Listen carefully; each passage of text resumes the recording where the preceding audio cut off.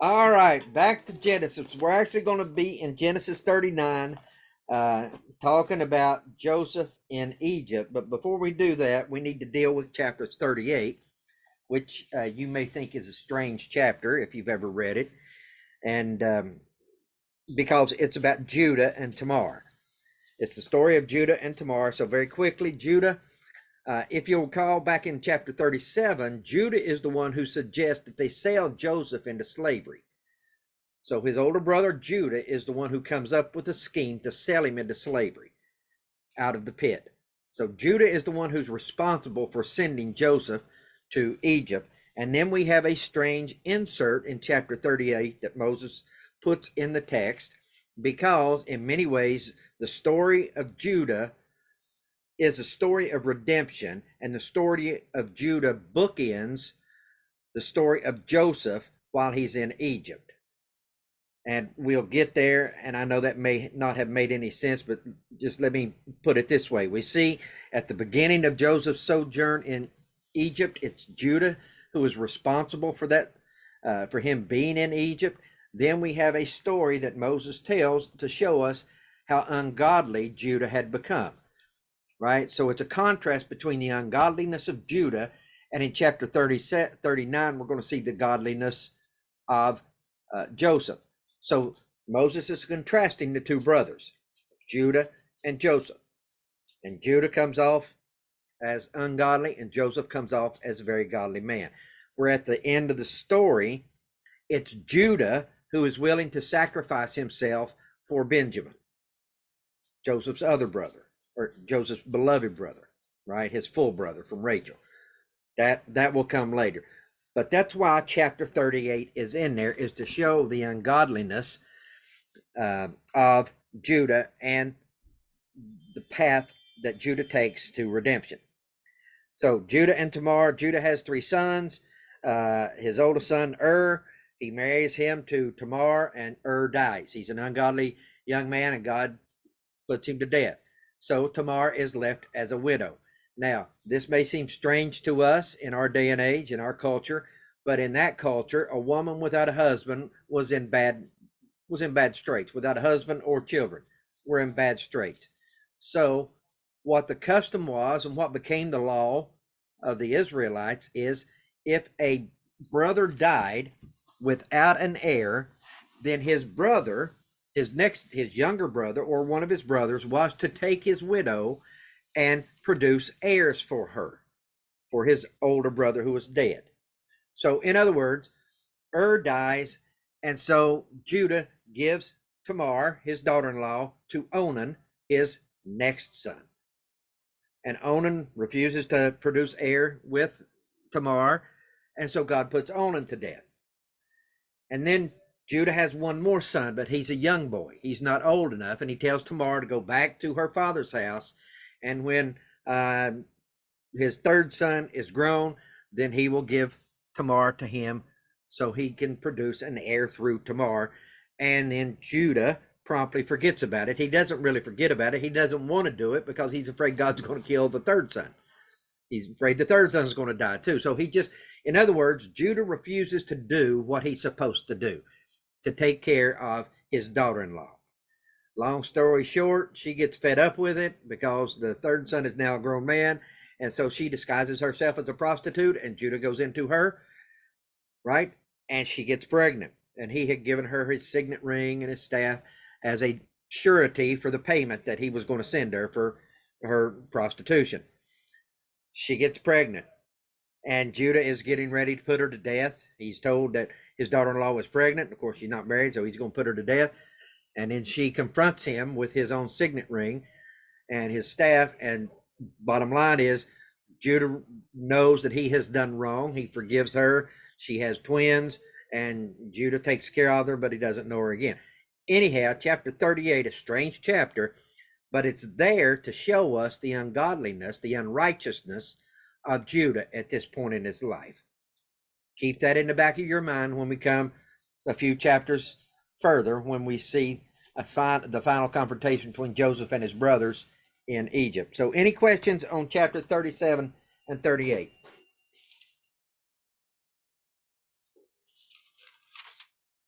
Okay, chapter 39, we come back to the story of Joseph. Now Joseph had been brought down to Egypt, and Potiphar, an officer of Pharaoh, the captain of the guard, an Egyptian, had bought him from the Ishmaelites who brought him down there.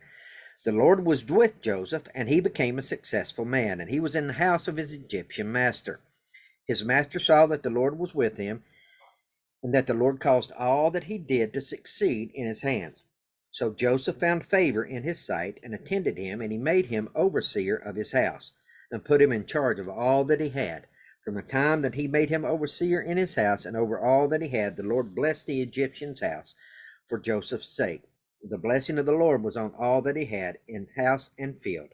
So he left all that he had in Joseph's charge. Because of him, he had no concern about anything but the food he ate. So Joseph had been sold into slavery by his brothers, and he ends up in the officer.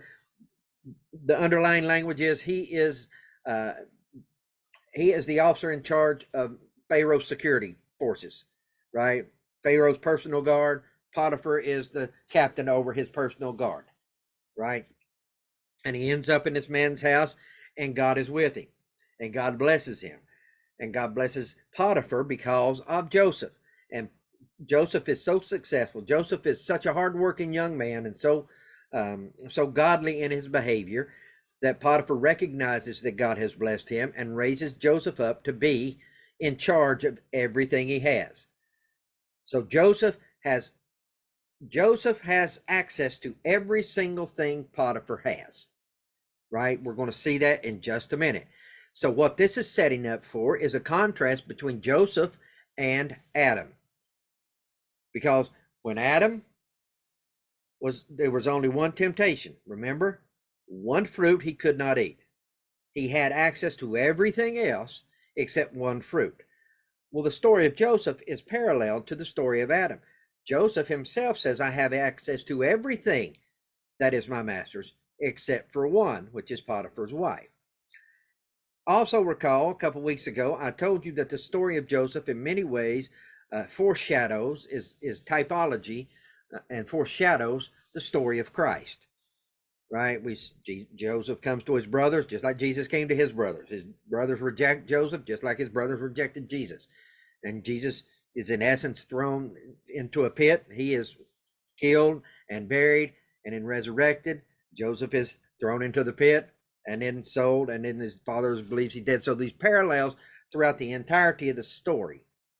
And this parallel where Adam failed in the temptation that he had, Joseph succeeds.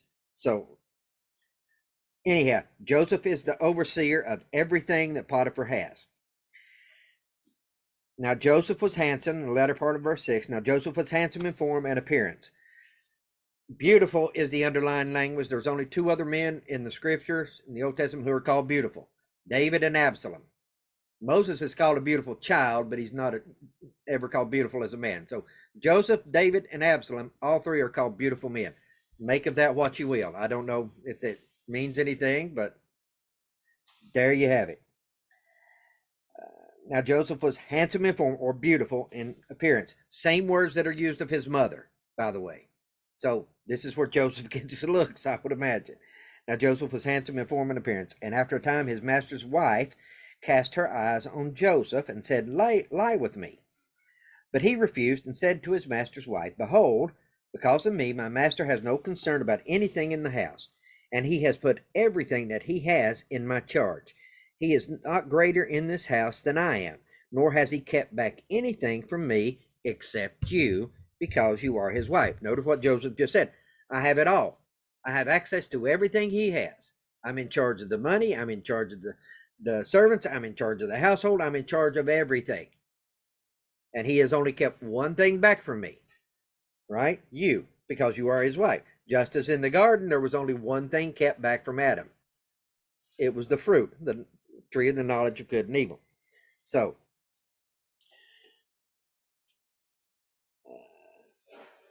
he has not kept anything back from me except you, because you are his wife. How then can I do this great wickedness and sin against who?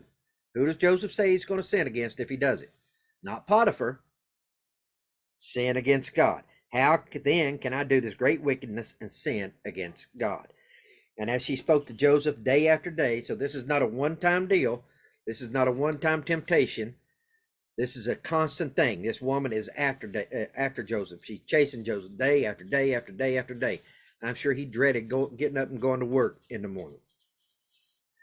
Day after day, he would not listen to her, to lie beside her, or to be with her. Joseph doesn't want to even be with her in the same room. So that's Joseph's practicing avoidance here. And let's just contrast that with how Adam failed. Where do we find Adam in the story in the garden? We find Adam right there at the tree, the forbidden fruit, right there looking at the forbidden fruit.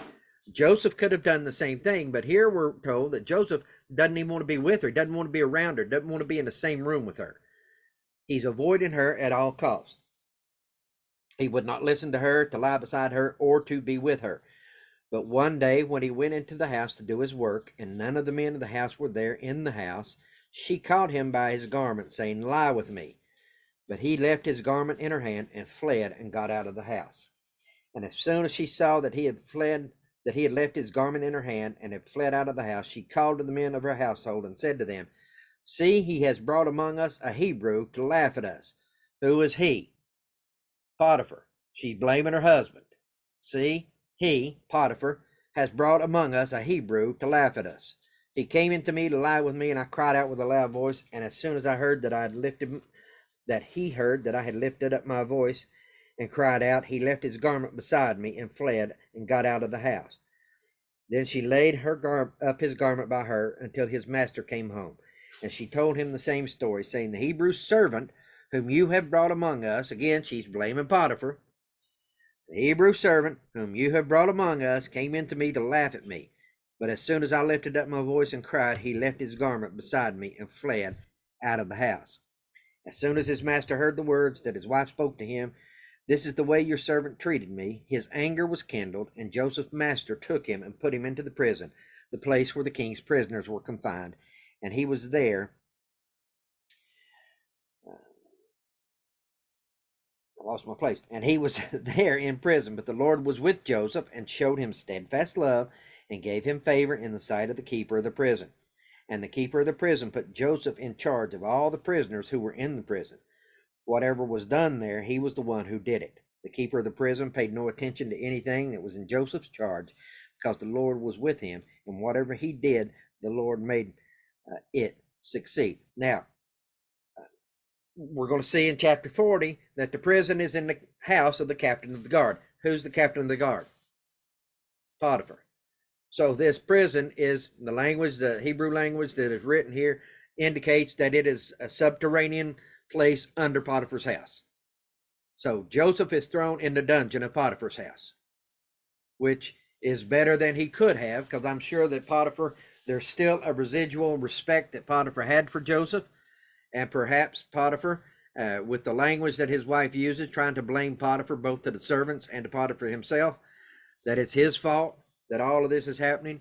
So Potiphar probably has an inkling that his wife is not being totally honest here, because this should have been a death sentence for Joseph, but God was with him and prevented Potiphar from carrying out a death sentence, and God probably used the respect that Joseph had built up to cause Potiphar not to put Joseph to death, but simply put him in prison. But he is in prison at Potiphar's house. Now, oftentimes when we read these stories and we look back in these Bible stories, because the Bible moves the narrative along very quickly. Joseph is 17 when he is sold into slavery in Egypt. When he arrives in Egypt, he's 17 years old. When he is raised up to be Pharaoh's right-hand man, he's 30 years old. So that is 13 years that Joseph spends either in Potiphar's house or in the prison underneath Potiphar's house. We know he spends at least 2 years in prison from chapter 40. So there's 11 years he's either a slave in Potiphar's house or he's a prisoner in the basement of Potiphar's house. My point being that God's timing is never our timing. Seems rarely is it our timing. Things come along slowly in God's economy most of the time, right? Now, sometimes it comes very quickly before we're ready for it or before we're expecting it. but for the vast majority of time, we have this long period. Joseph is going to be a slave for 13 years. And he's going to be a slave either in his master's house or in the dungeon. But regardless of where he is, God has still not left him. God is with him in above ground in Potiphar's house. God was with him in his father's house. God was with him when he was traveling to Egypt. God was with him as a servant in Potiphar's house, as a slave in Potiphar's house, and blessed him. God is continuing to bless him in the prison underneath Potiphar's house. So sometimes, oftentimes, very often, when we make a righteous choice, when we choose not to go along with the crowd, when we choose to avoid sinful situations, we're going to pay a price, just like Joseph pays a price here. We're never told that Joseph said an accusatory word against her, Potiphar's wife. We don't say here anything that Joseph has talked back to Potiphar. What we see from Joseph is that Joseph is unjustly thrown in prison. This woman has lied about him. This woman has besmirched him. This woman has cast aspersions on his character. And so he is unjustly thrown in prison. So what does Joseph immediately do? Continues to work and serve. He continues to serve whoever God has placed above him. Potiphar purchased him like an animal. Potiphar purchased him as a slave, and yet Joseph dedicated himself to serve Potiphar. Joseph is thrown in prison unjustly, and Joseph dedicates himself to serve the chief jailer. Isn't that what Jesus tells us to do if we want to be great in God's kingdom? Learn to serve everybody. Right? Remember when the Last Supper, when if you read the stories closely, you see that they're jockeying for position. They want to be the one seated close to Jesus, and Jesus is watching all this stuff. And so Jesus gets up and doesn't say a word and starts washing their feet to show them it's not about your prestige. It's not about you. It's about you serving. The greatest one of you will be the one who serves everybody. So Jesus comes on the scene and turns that on his hand at the Sermon on the Mount. We're to serve everyone. Well, that's what Joseph is doing. Joseph's modeling how to be a servant where in whatever circumstance he finds himself. Here, it is in the jail. So, questions about chapter 39 before we move on? I know I'm going a little fast, but you'll be all right. It's taped. You can go back and look at it. Verse 1, chapter 40. Sometime after this, so we don't know how long he's been in prison. We're just told sometime after this. The cupbearer of the king of Egypt and his baker committed an offense against their lord, the king of Egypt. And Pharaoh was angry with his two officers, the chief cupbearer and the chief baker. And he put them in custody in the house of the captain of the guard. So they're put in prison with Joseph, in the prison where Joseph was confined. The captain of the guard appointed Joseph to be with them, and he attended them. They continued for some time in custody. Again, for some time. We don't know how long this period of custody has lasted in Joseph's life. And one night they both dreamed, the cupbearer and the baker, the king of Egypt, who were confined in the prison, each his own dream, and each dream with its own interpretation. When Joseph came to them in the morning, he saw that they were troubled. So he asked Pharaoh's officers, who were with him in custody in his master's house, again in Potiphar's house, "Why are your faces downcast today?" They said to him, "We have had dreams, and there's no one to interpret them." And Joseph said to them, "Do not interpretations belong to God? Please tell them to me."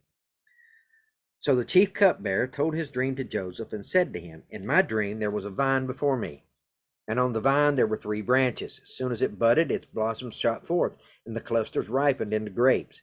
Pharaoh's cup was in my hand, and I took the grapes and pressed them into Pharaoh's cup and placed the cup in Pharaoh's hand." Then Joseph said to him, "This is its interpretation.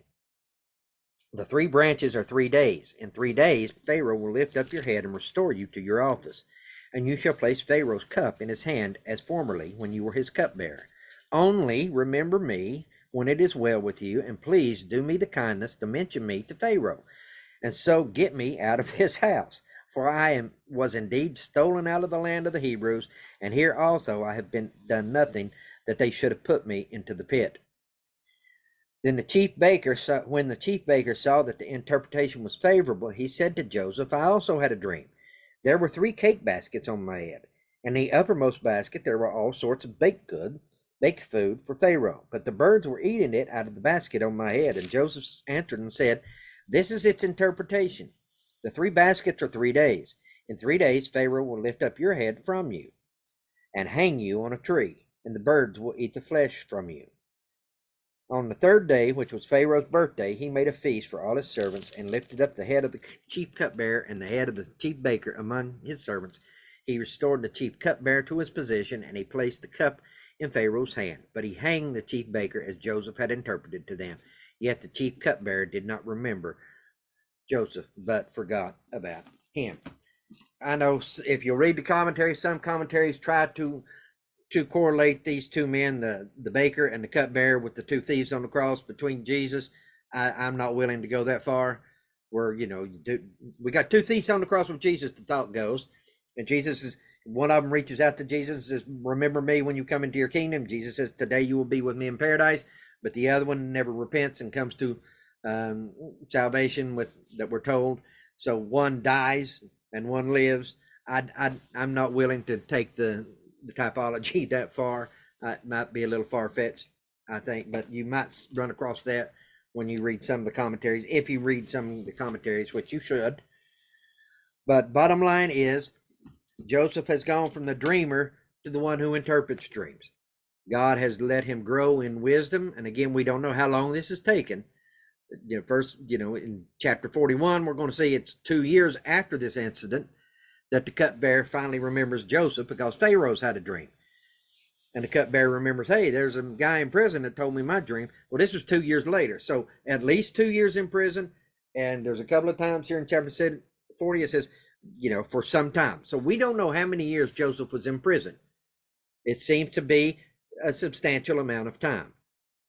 But he has not forgotten that he is a servant of God. He has not lost his will to serve. He has not lost his will to continue to be a righteous man. He's making the best of whatever situation God places him in, which is in sharp contrast to me a lot of times. Because a lot of times the situation God puts me in, I want to fight tooth and nail to get out of it, as opposed to trusting that God is with me where he has placed me. So Joseph is an example of a man who does right. Now, Joseph is not sinless. We talked about that earlier. Joseph was a little snotty boy, seems to be, with his brothers. But for the purposes of the story that Moses is telling, that God is telling through Moses, we see here that Joseph is, there is no explicit sin that is laid at Joseph's feet, just like there is no explicit sin laid at Daniel's feet. When we read about these heroes in the scripture, that does not mean they're sinless. It means the thrust of the story that is important. And the thrust of this story is Joseph is a shadow type of the Messiah to come, of the Christ to come. Egypt symbolically always stands prophetically for the world, not the Jewish world, but the Gentile world. So when we see that Joseph is rejected by his brothers and in essence put to death by his brothers, then Joseph goes into the Gentile world and makes his way in the Gentile world, the nation of Egypt, and rises up to create a kingdom in the nation of Egypt. Well, that's what, in essence, what has happened to Jesus, the Messiah, the Jewish Messiah. He comes to his brothers, they reject him, they put him to death, and so now what happens? The gospel goes to the Gentiles, right? We're talking about that in Sunday morning. We're talking about the Gentile churches of Galatia.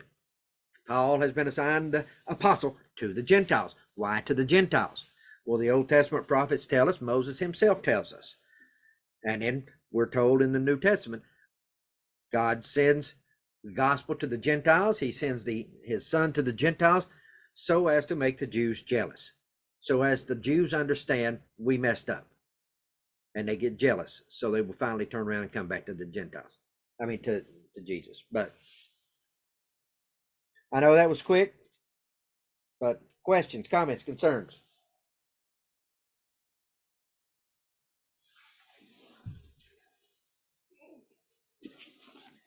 Our new Sunday school lesson got here. What's the title of that, Jeff? The Great Disappearance. How to be rapture ready. David Oh. Jeremiah. Huh. So get ready. King today. Questions about Judah, Joseph?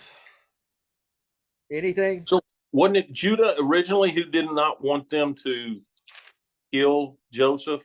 And Well, Reuben, it was Reuben. oh, Reuben. Okay, Reuben said, "Don't kill him." Judah Yeah. said, "Let's sell him and not kill him because he's really our king. Okay. We don't want to kill him." But yeah. I knew there was Reuben somebody who didn't want to kill him, him. and Reuben was upset when he came back and they had sold him into slavery. Yeah. But we see from this point on, Judah takes a more prominent role than any of the other brothers, especially in the story in continuing through the end of Genesis. And like I said, the bookends of the Joseph story is the redemptive journey of Judah, because we see Judah willing to sell his brother and lie to his father. We see Judah willing to break God's law and not take care of his daughter-in-law like he's supposed to. We see Judah going into what he thinks is a prostitute. And then we see Judah is the one who is willing to give himself into slavery to Joseph. He doesn't know Joseph is his brother yet. I saw Bella jump because my ring went off. Jonathan got home and my ring on my phone went off, like somebody's on my front door, and I saw Bella jump. Judah is the one who is willing to stay in slavery to Joseph instead of his brother Benjamin. So Judah is at the end of the story is willing to sacrifice himself for his brother, whereas at the beginning of the story he is willing to sacrifice his brother for himself, if that makes sense.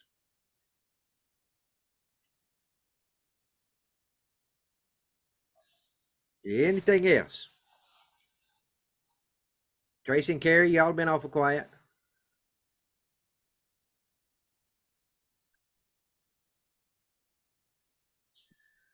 I'm just listening. I guess my biggest question would be, it seems a little self-serving that Judah would sacrifice himself for Benjamin, but not Joseph. Did he only do that because of his father's just being so distraught over Benjamin? Like, we'll get there, but the reasoning that he gives is that it would kill his father. It would hurt his father. Mm-hmm. And rather than hurting his father, which he was willing to do with Joseph because Joseph was the favorite, well, Benjamin is now the new favorite, right? Benjamin takes Joseph's place as the favorite of the father. And so we just see the growth of Judah through the story as when he was young, he wanted to sacrifice Joseph because Joseph was the favorite of the father. Then he's willing to sacrifice himself to save Benjamin, who's the favorite of the father. So it's just a growth that Judah goes through.